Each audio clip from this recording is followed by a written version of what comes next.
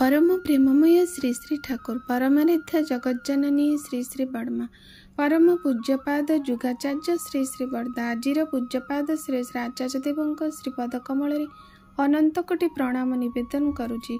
सभी गुरु परिवारଙ୍କ श्रीचरण रे मध्य अनंत कोटि प्रणाम निवेदन करुछि। सबुदिन परि आज शुभ दिन रे आपण मानक समस्त को मो स्वागत जनाऊँगी। समस्त को रानंदित जयगुरु प्रणाम निवेदन करुछि। मोर प्रत्येक श्रोता बंधु मानू मोर गुरु भाई और माँ मान समस्त अंतर आनंदित जयगुरु। सबुदिन पर आज यही शुभ क्षण आउ एक सुंदर विषय दिव्य आलोचना श्री श्री ठाकुर आलोचना रखिबा। प्रकृत में इष्टवृत्ति उपर आम मानकर अनेक प्रश्न आसी अनेक अभियोग आसी किंतु से अभियोग से प्रश्नर उत्तर देवाई तो आम मानकर सक्षम नहीं बा से क्षमता मध्य नहीं किंतु ये विश्वासर कथा समर्पणर भाव आउ करी पाइबार भाव। तेणु श्री श्री ठाकुरंकर एक दिव्य आलोचना माध्यम आपण मानक सामने एक सुंदर विषय उपस्थापना करी किपरि जड़े कृषक श्री श्री ठाकुर पाखक आसिकी केते जमीर मालिक हो गले तांकर धन संपत्ति सबकिछि परिपूर्ण हो गला परिवार सबु समस्या समाधान कर दे पारे केवल इष्टवृत्ति माध्यम केवल श्री श्री ठाकुरंकर माने कथा को कंटाए कंटाए परिपालन करने भीतर दे आम मान एक बहु प्रेरणाप्रद आलोचना। श्री श्री ठाकुर समय घटना श्री श्री ठाकुर भक्त मान गहन बसी आलाप आलोचना करुले। किछि समय मध्य एक कृषक गरीब कृषकटीए थिला से श्री श्री ठाकुर पाखरे आसी निवेदन कला कहीं से शुणी ये भगवान अच्छा मोर सब दुख को से दूर करदेवे मु जहाँ मागिबी से देदेवे। कारण आम मान मनरे गोटे सब माने धारणा थाए भगवान को आम केवल मागी जाचे सबू मागिले से सबू किछि देदेवे कारण तांको पाखरे सबू अच्छी माने से सबू करिपारिबार सक्षमता तांको पाखरे अच्छी सबकिछि संभव भगवान को पाखरे।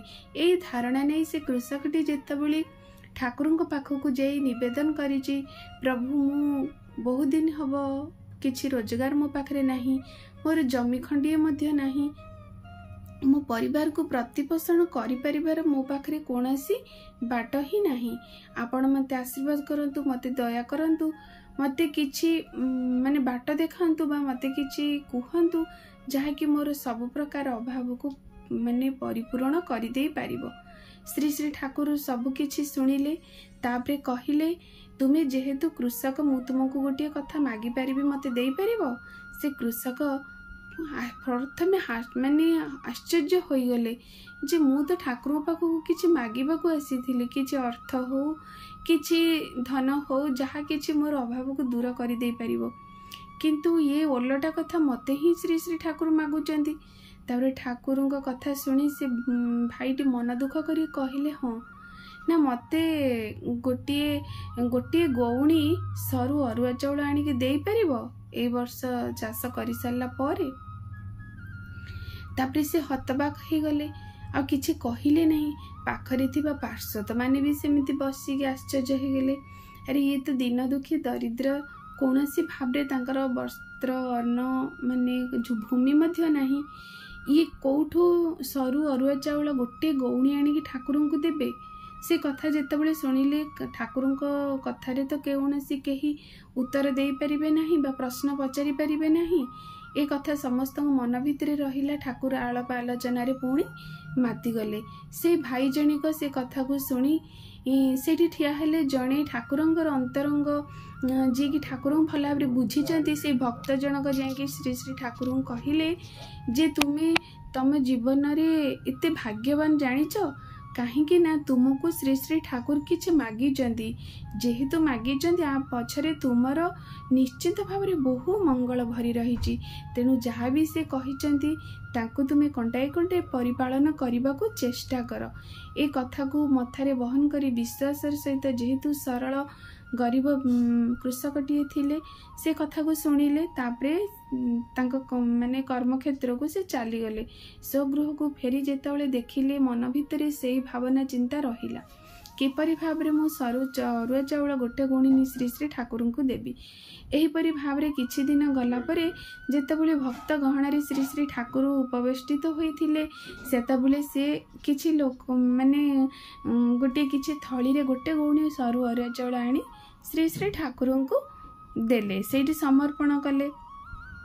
समस्ते आश्चर्य हो गले, अरे ये तो किछि दिन भाव पर माने पूर्वर से किछि तांकर वेश पोशाक केते दरिद्र भाव रे थिले, कि भली भाव रे तांकर आचरण मध्य थिला, तांकु वेश परिपाटी कि भली भाव रे थिला, किंतु आज निजे देखा जाउचंती गोटे सुस्थ माने वस्त्र परिधान करिचंती, स्वच्छ और सुस्थ निजकु अनुभव करुचंती, आउ श्री श्री ठाकुर को आनिकी दौचंती हर्षवर्धन रे। ए कथा जेतेबेले से माने देखिले ताबे श्री श्री ठाकुर बहु खुशी हेले, आउ कहिले आउ गोटे कथा रखिबो, एई वर्ष मते 10 गौणी अरुआ चाउल दब।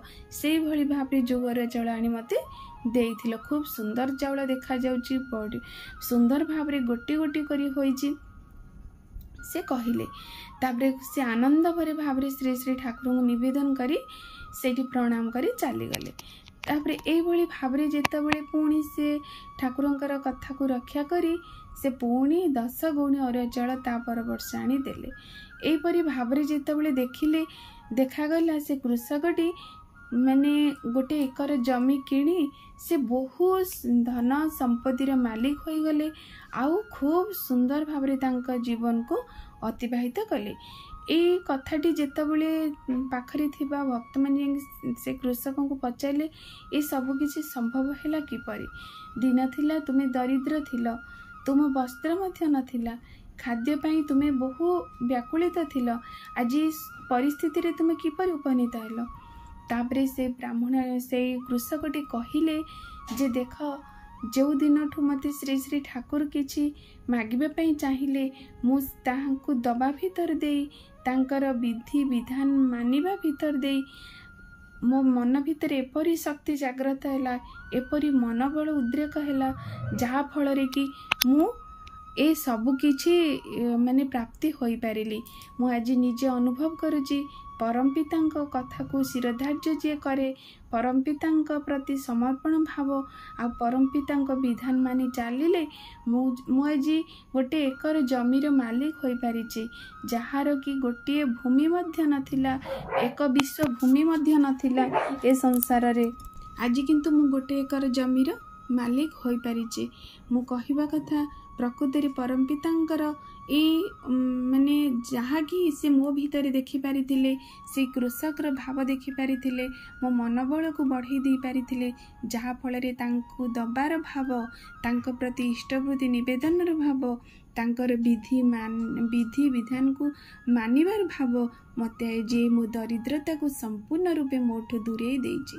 तेणु सुंदर आलोचना माध्यम रे आमे एतिकी अवगत हेले जे किपरि भाबरे परम पितांकर इच्छा को परिपालन करबा भितर दे मनीष योग्य होई उठे, मनीष शत सहस्र शक्तिर माने अधिकारी होई उठे, मनीष धन अर्थ मान सबकिछि प्राप्ति होई जाई पारे केवल से परम पितांक कथा को विश्वास करी तांको प्रति समर्पण भाव देई आउ तांको प्रति इष्टवृत्ति निवेदन करिबा भितर दे। इष्टवृत्ति रे सुंदर आलोचनाटी श्री श्री ठाकुर समय एक वास्तव घटना थिला, जहा कि अन्य मानक प्रति बहु एक प्रेरणा विषय हेउ, एहा ही परम पितांग श्री चरण रे मोर निवेदन। आसंता काली एही भली एक सुंदर विषय आलोचना करी आपण मानक धन्य करबा सहित मु निजे मध्य धन्य भी रहुची। सर्वशेष रे समस्तंकर मंगल प्रार्थना परम पितांग श्री चरण करूची। जय गुरु।